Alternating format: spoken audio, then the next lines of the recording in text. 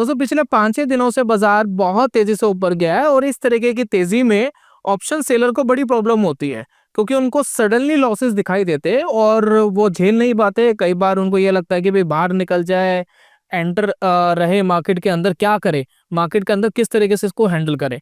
तो बेसिकली दोस्तों आज की वीडियो में डिस्कशन करूंगा कि जब आप ऑप्शन सेलिंग के लिए अपनी रेंज को सिलेक्ट करते हैं ना कि भाई इस पर्टिकुलर रेंज के अंदर मुझे ऑप्शन सेलिंग करनी है, तो वो रेंज सिलेक्शन सही होना बड़ा जरूरी है। अगर वो सही नहीं है तो यही ऑप्शन ट्रेडिंग आपको बर्बाद भी कर सकती है, और अगर वो सही है तो यही ऑप्शन ट्रेडिंग आपको आबाद भी कर सकती है। तो आज की वीडियो के अंदर ये जानेंगे कि जब आप रेंज सिलेक्शन करते हैं तो इससे बेसिकली इंपैक्ट आता है तो आता क्या है। अब बहुत सारे ऐसे दोस्त हैं जिन्होंने हमारा कोर्स भी लिया था, अब उनको भी थोड़ी प्रॉब्लम आई, मेरे पास कुछ मेल्स आनी स्टार्ट हुई और कुछ लोगों ने जो कोर्स के अंदर सिखाया गया था उसके रूल रेगुलेशंस को भी ब्रेक करा है। मैं किसी का नाम नहीं बताऊंगा, लेकिन बहुत सारे ऐसे ट्रेडर्स हैं जिन्होंने रूल ब्रेक करा है और बहुत सारे ऐसे ट्रेडर हैं कि इन्होंने सेम स्ट्रेटेजी से पैसा भी बनाया है, कुछ है जिन्होंने लॉस कर लिया है। तो प्रॉब्लम क्या आती है? प्रॉब्लम ये आती है कि आप थोड़ा सा अपना एक्स्ट्रा ऑर्डिनरी दिमाग चलाते हैं, जिस वजह से ये प्रॉब्लम आती है। और एक दोस्तों कहावत भी है कि लालच बुरी बला है, तो ये यहाँ पर सटीक बैठेगी। तो किस तरीके से रेंज सिलेक्शन आपको आबाद और बर्बाद दोनों कर सकता है, आज की वीडियो के अंदर दोस्तों देखते और समझते। यकीन मानिए जब आप इस वीडियो को देखेंगे तो आपको समझ में आएगा कि ऑप्शन सेलिंग करने का जो राइट वे है रेंज सिलेक्शन का वो क्या होना चाहिए। तो चलिए शुरू करते हैं और जानते हैं।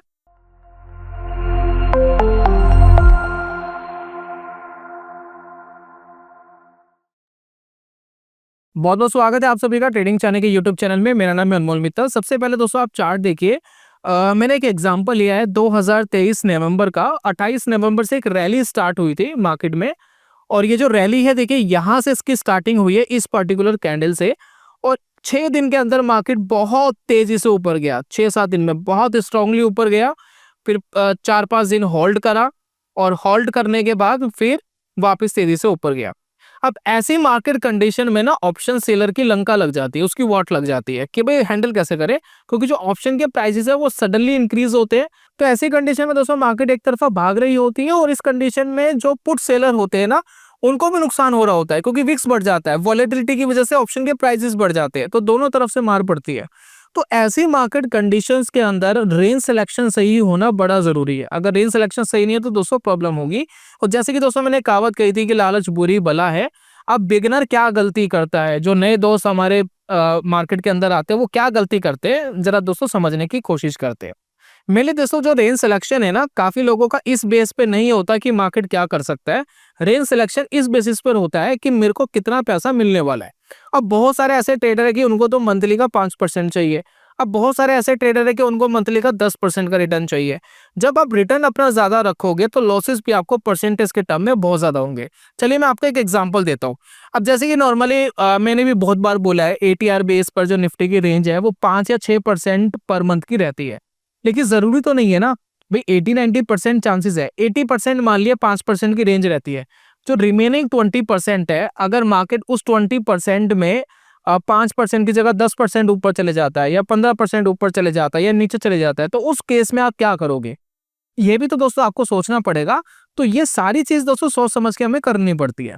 तो जो बिगनर होता है, बिगनर को तो सबसे पहले अपने रिटर्न से मतलब होता है, तो वो रिटर्न उसको ज्यादा चाहिए, तो वो रेंज अपनी कम रखता है, और जिस वजह से उसको कुछ प्रॉब्लम आती है। अब क्या प्रॉब्लम आती है जरा देखिए। देखिए मैंने ऑप्स्ट्रा का सिमुलेशन खोला है। इस सिमुलेशन में आप देखिए 28 नवंबर 2023 को हम एक ट्रेड लेंगे। ये ट्रेड दोस्तों इसी कैंडल पर है, यहीं से स्टार्ट कर रहे हैं हम। देखिए ये वाली जो कैंडल है हमारी, ये देखिए इस वाली कैंडल पे हमें ट्रेड अपना स्टार्ट कर रहे हैं मॉर्निंग में, ठीक है। हम एक वर्स्ट कंडीशन अपने लिए बना रहे हैं, यानी खराब से खराब कंडीशन बना रहे हैं कि जैसे ही हमने ट्रेड लिया वैसे ही मार्केट एक तरफा भागा, ठीक है। तो मैंने अपने लिए सबसे खराब कंडीशन यहाँ पर चुनी है और इसको सिमुलेशन करके देखेंगे।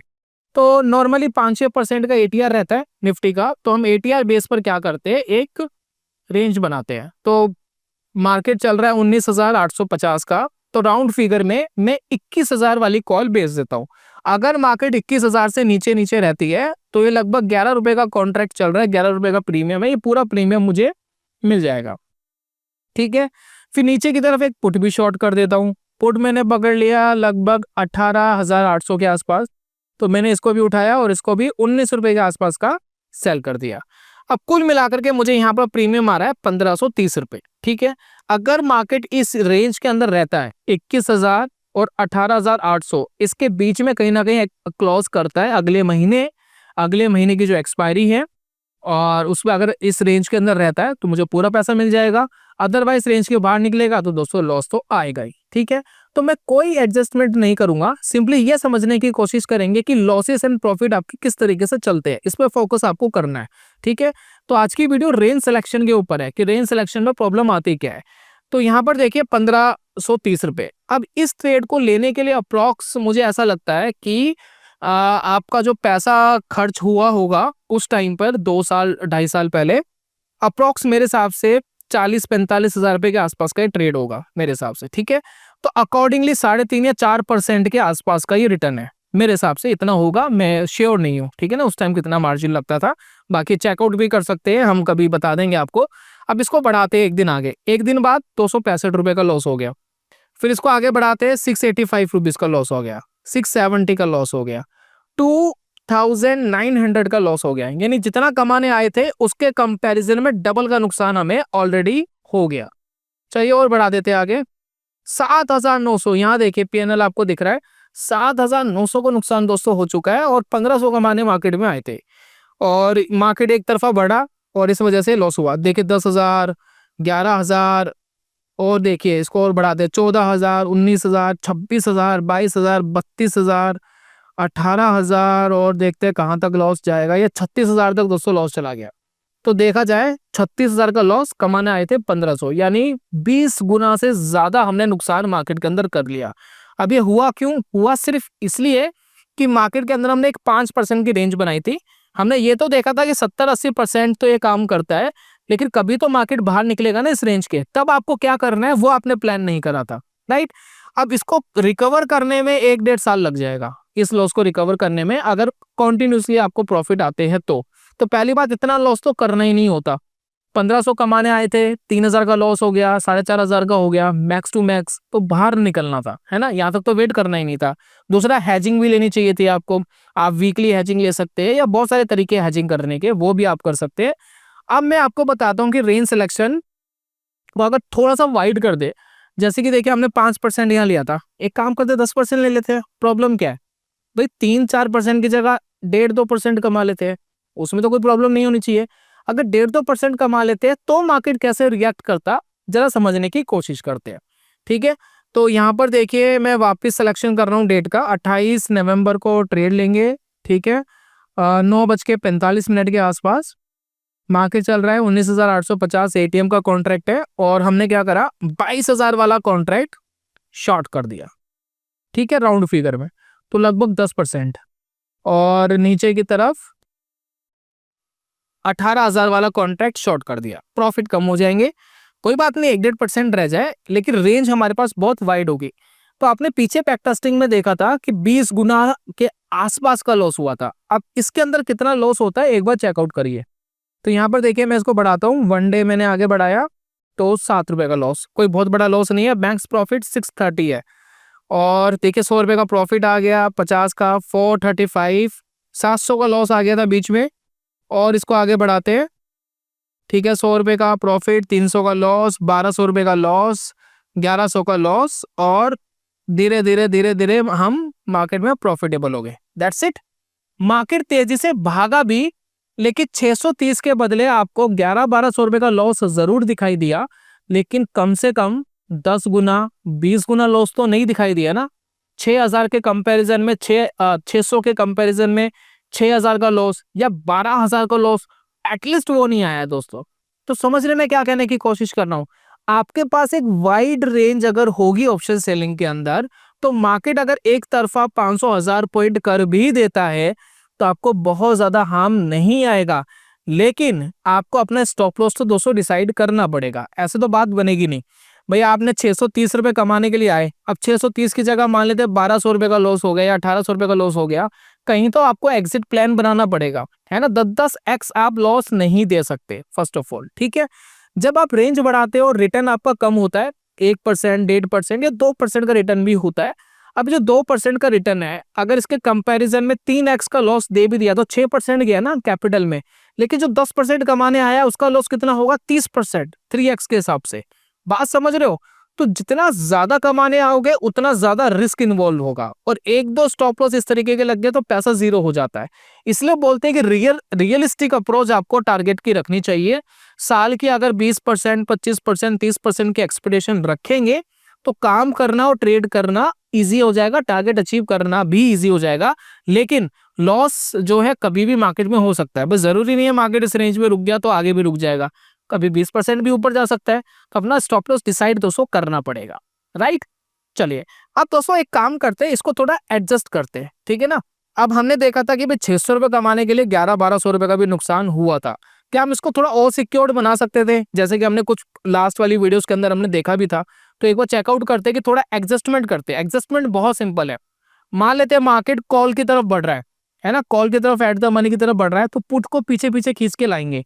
और मान लेते हैं कि मार्केट पुट की तरफ बढ़ रहा है तो कॉल को पीछे पीछे खींच के लाएंगे।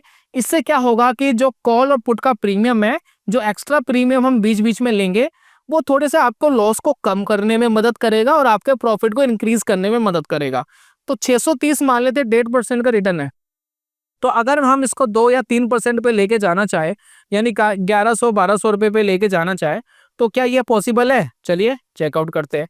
तो अब एक काम करते हैं, वापस से एक बैक टेस्टिंग करते हैं। बैक टेस्टिंग वहीं से स्टार्ट करेंगे, 28 नवंबर 2023, ठीक है। और एक्सपायरी वगैरह हमारी सेम है, दिसंबर एंड की जो एक्सपायरी वही ली है। एट द मनी का जो कॉन्ट्रैक्ट है कहाँ चल रहा है? एट द मनी का कॉन्ट्रैक्ट चल रहा है दोस्तों 19,850, ठीक है। तो हमने एक बड़ी रेंज बना ली है ताकि मार्केट एकदम वॉलेटाइल हो जाए तो हमें बहुत ज्यादा प्रॉब्लम ना हो। तो 22,000 वाला जो कॉन्ट्रैक्ट है उसको दोस्तों शॉर्ट कर दिया। उसके बाद आप देखिए हमने क्या करा है, 18,000 वाला जो कॉन्ट्रैक्ट है उसको भी शॉर्ट कर दिया है। लगभग 10% की रेंज दोस्तों आसपास बन गई है, ठीक है। रेंज हमारी बन गई है, 630 का प्रॉफिट है। तो जिस साइड मार्केट भागेगा उसके अपोजिट वाला कॉन्ट्रैक्ट हम उसके पीछे पीछे खींच के लाएंगे, देखते क्या होता है। 630 की जगह क्या हम इस रिटर्न को एनहांस कर सकते हैं और क्या हम अपने लॉस को सीमित कर सकते हैं। आपको यह ध्यान रखना है कि जो हमने पीछे बैक टेस्टिंग करी थी उसमें 1100-1200 रुपए का लॉस आया था, 1200 रुपए के आसपास, ठीक है। इसमें 1200 रुपए का लॉस आता है या नहीं आता है, थोड़ा कम आता है, जरा चेकआउट करना। तो अब मैंने क्या करा, वन डे इसको आगे बढ़ाया तो लगभग 7 रुपए का लॉस, ठीक है। अभी मार्केट 20,000 के आसपास है तो कोई रीबैलेंस ज्यादा करने की जरूरत नहीं। अब देखिए 20,050 पर मार्केट आ गया, 500-600 पॉइंट मार्केट ऊपर बढ़ गया, 700 पॉइंट के आसपास, है ना। तो अब थोड़ा सा इसको एडजस्टमेंट करेंगे, रीबैलेंसिंग करेंगे। तो हम क्या कर रहे हैं, पीएनएल पे जा रहे हैं। तो ये 8.3 वाला कॉन्ट्रैक्ट 5 रुपए का रह गया, इसको निकाल देते हैं, है ना। इसने थोड़ा सा प्रॉफिट दे दिया तो 5.5 पर हम इसको मॉडिफाई कर देते हैं। ओ सॉरी, थोड़ा सा मैंने गलत कर दिया, 5 रुपीज का रह गया ये, ठीक है ना। तो 50 रुपए हमारे पास प्रॉफिट में आ रहे हैं। अब हम क्या करेंगे, पुट को थोड़ा सा खींचेंगे। भाई पुट जो है वो काफी दूर चला गया, थोड़ा सा इसको खींच के पास लाएंगे। तो मैंने क्या करा, 18,700 वाला जो कॉन्ट्रैक्ट है वो 8 रुपए के आसपास चल रहा है, थोड़ा सा रेंज थोड़ी सी कम करी और इसको करा। अभी देखिए बहुत दूर की रेंज मैंने पकड़ी हुई है, वो काफी दूर है, ठीक है ना। तो अब एक काम करते, इसको आगे बढ़ाते। वन डे हमने इंक्रीज करा, 427 रुपए का लॉस हमें आ रहा है। और हमें आप देखिए मैक्स प्रॉफिट आपका 785 हो गया है ना 630 से, तो मैक्स प्रॉफिट हमारा इंक्रीज हो गया। तो मार्केट ऊपर चला गया है, कोई बात नहीं, स्टिल वेट, ठीक है। 20,800 और मार्केट दोस्तों लगभग 21,000 के आसपास आ गया। अब ये लेवल है इसको थोड़ा सा रिबैलेंसिंग करने का। तो 8 रुपए वाला कॉन्ट्रैक्ट फिर 5.8 के आसपास हो गया है, इसको एग्जिट करते हैं, ठीक है। और इसको थोड़ा और पीछे से खींचते हैं ऊपर की तरफ। तो गेट ऑप्शन चैन पिछली बार करा था 18,700 वाला, तो अब थोड़ा सा इसको आगे बढ़ाएंगे। मार्केट 21,000 पर है तो 19,500 वाला कॉन्ट्रैक्ट बेच देते हैं, क्योंकि मार्केट के अंदर अभी भी 1500 पॉइंट का गैप है पुट में, 1500 पॉइंट का वाइड रेंज है ना। मार्केट बैक भी मारेगा तो प्रॉब्लम नहीं होगी। जैसे कि आप पे ऑफ चार्ट में देखिए, देखिए बहुत दूर है अभी भी, 7.5%, 7% बैक मारना पड़ेगा, है ना। थोड़ी सी रेंज मैंने कम करी है, 10% की रेंज को थोड़ा कम करा है क्योंकि प्रीमियम गेन करने हैं बीच बीच में, ठीक है ना। बहुत ज्यादा पास नहीं लेकर के आऊंगा, 5-7% तक पास लेकर आ सकते हैं, उससे ज्यादा नहीं, 5% तक ला सकते हैं। चलिए मैंने 1 डे आगे बढ़ाया तो 30 रुपए का लॉस रह गया। अब देखिए 257 रुपीज का प्रॉफिट है। थोड़ा सा और आगे बढ़ाते हैं। अब देखिए 21,200, देखिए 21,500 के आसपास मार्केट आ गया। और देखिए अब लॉस देखिए 985 के आसपास लॉस है। अभी भी जो लॉस है आपके मैक्स गेन से कम है, मैक्स गेन के पास नहीं पहुंचा है। समझ रहे बात को? चलिए अब एक काम करते हैं, ये वाला जो कॉन्ट्रैक्ट है 10 रुपीज वाला, इसके प्रॉफिट बुकिंग कर लेते हैं। ये देखिए 5.6 का बचा है, इसको निकाल देते हैं। और modify request and pay off chart, get option chain. Then हम मार्केट में थोड़ा सा उसको खींचेंगे। 19,500 का था, 20,000 वाला कॉन्ट्रैक्ट 7 का चल रहा है, 20,500 वाला लेकर आते हैं। मार्केट काफी दूर है, मार्केट लगभग अभी भी 1500 पॉइंट दूर है। देखिए काफी दूर है अभी भी। देखिए मैंने 4-5% के आसपास की रेंज रखी है, इससे ज्यादा पास नहीं लेकर आऊंगा दोस्तों, मैक्सिमम है ना, ज्यादा पास नहीं। इसको बढ़ाते हैं, थोड़ा सा और आगे बढ़ाते हैं। 30 रुपए बचा, 650 का लॉस बचा, 82 का लॉस बचा, 720 का प्रॉफिट आ गया और 1100 का प्रॉफिट आ चुका है। देखते हैं ऑल ओवर कितना प्रॉफिट आता है। तो ये हमने थोड़ा सा इंक्रीज करा है, देखते हैं क्या होता है। आ गया दोस्तों 1370 का प्रॉफिट आ गया। तो जो सबसे पहले हमने बैक टेस्टिंग करी थी उसमें 1500 के आसपास का प्रॉफिट था, उसके आसपास तो हम लिया है ना, रीबैलेंसिंग करके थोड़ा सा एडजस्टमेंट करके उसके आसपास का प्रॉफिट हम लिया है। और हमने रिस्क भी इतना ज्यादा नहीं लिया जितना उतने रिस्क में था। तो रेंज बड़ी रखना कोई गलत बात नहीं है, उसमें आपको रिटर्न अगर 1-1.5% दिख रहा है तो गलत बात नहीं है, लेकिन आपको सही से एडजस्टमेंट करनी आनी चाहिए, क्योंकि रेंज बड़ी होने से लॉस के चांसेस कम हो जाते हैं और आप अपने प्रॉफिट को धीरे धीरे इंक्रीज भी कर सकते हैं, बढ़ा भी सकते हैं। सडनली आपको हो सकता है मार्केट जितना आपको प्रॉफिट आ रहा है उसका 1x 2x का लॉस दिखा दे, लेकिन मार्केट के अंदर अगर आपकी रेंज वाइड है तो ऑब्वियसली आपको पता है कि वो ऑप्शन आपका जीरो होना है। लेकिन फिर भी एडजस्टमेंट तो हमने देखी, रीबैलेंसिंग तो हमने देखी, हैजिंग भी इंपॉर्टेंट है। हैजिंग करने के साथ साथ दोस्तों आपको अपना एक स्टॉप लॉस भी माइंड में रखना पड़ेगा कि इतना लॉस हो जाएगा तो मेरे कंफर्ट जोन से बाहर हो जाएगा, तो मुझे इस स्ट्रेटेजी को उस मंथ के लिए एग्जिट करना है। अगले मंथ में देखेंगे, अगला ट्रेड लेंगे तो देखेंगे हमें क्या करना है। तो ये सिंपल सिंपल सी चीजें हैं दोस्तों जो आपको पता लगाती है कि किस तरीके से ऑप्शन सेलिंग आपको करनी चाहिए। आप एडजस्टमेंट और रीबैलेंसिंग करने के तरीके वेरियस है, बहुत सारे हैं। और मैं दोस्तों अगर आपको दिखाऊं, हमारा एक कोर्स है, इस कोर्स के अंदर हमने बहुत अच्छे से एडजस्टमेंट भी सिखाई है और मनी मैनेजमेंट भी सिखाया है। कुछ ट्रेडर्स है उनको प्रॉब्लम आ रही है, पता है क्यों आ रही है? क्योंकि वो रूल्स फॉलो नहीं करते। एग्जैक्ट रूल आप फॉलो करेंगे और रूल सोच समझ के बनाए गए, एक्सपीरियंस के साथ ही बनाए गए, तो कोर्स देने का फायदा ही क्या हुआ और आपके पैसे देने का भी फायदा क्या हुआ जब आप रूल्स फॉलो नहीं कर रहे। तो हमारे इस कोर्स के अंदर पोजिशनल और इंट्राडे स्ट्रैटेजी, दो स्ट्रैटेजी आपको मिलती है। एग्जैक्ट कैसे एडजस्टमेंट करनी है, रीबैलेंसिंग करनी है, कहाँ स्टॉप लॉस ले लेना चाहिए, कैसे कैसे आपको चीजें मैनेज करनी है, कैसे कैसे हैजिंग करनी है, वो सारी 200 चीज हमने इस कोर्स के अंदर सिखाई है। तो मेरा इंट्रोडक्शन है ऑप्शन सेलिंग क्यों करनी चाहिए, स्ट्रैटेजी आपको 4 वीडियोस मिलती है स्ट्रैटेजी में, मेरा जो लाइव ट्रेड है उसका एग्जांपल मैंने दिया है, मनी मैनेजमेंट के 2 मेथड बताए हैं। बहुत सारे कोर्स आपने देखे होंगे, मनी मैनेजमेंट की कोई बात करता नहीं है। बैकएंड पे कैसे पैसा ग्रो होगा, कैसे मनी को मैनेज करोगे, पैसा कमा लिया, ट्रेड आ गया, प्रॉफिटेबल हो गए, उस पैसे को कैसे मैनेज करना है, अपने लिए यूज करना है या वापस उसको डालना है, तो कैसे यूज करना है, वो दोस्तों पूरा मेथड मैंने बताया। ट्रांजेक्शन कॉस्ट के ऊपर बहुत कम लोग बात करते हैं। जब आप ट्रेड लेने जाओगे तो भैया ब्रोकरेज लगेगा, गवर्नमेंट के टैक्सेस भी लगेंगे। अब इनको जो दोगे पैसा और फिर बचेगा कितना, वो पूरी कैलकुलेशन दोस्तों मैंने आपके साथ शेयर करी है। और रिकैप विथ फ्री गिफ्ट, इसमें क्या, पहले हम इंटरडे की स्ट्रेटेजी नहीं देते थे, तो पूरा कोर्स जब आप शुरू करेंगे तो मैं आपको बार बार बोलूंगा कि मैं इंटरडे की स्ट्रेटेजी आपको सिखाऊंगा, लाइव आके सिखाऊंगा, लेकिन आपको रिकॉर्डेड ही मैंने डाल दी है ना। बहुत सारे लोग लाइव नहीं आ पाते थे, टाइम नहीं होता था, तो बहुत सारे वेरियस रीजन थे, तो मैंने मॉड्यूल 8 में इंटरडे की ऑप्शन स्ट्रेटेजी भी डाल दी। ये भी दोस्तों ऑप्शन सेलिंग की ही स्ट्रेटेजी है।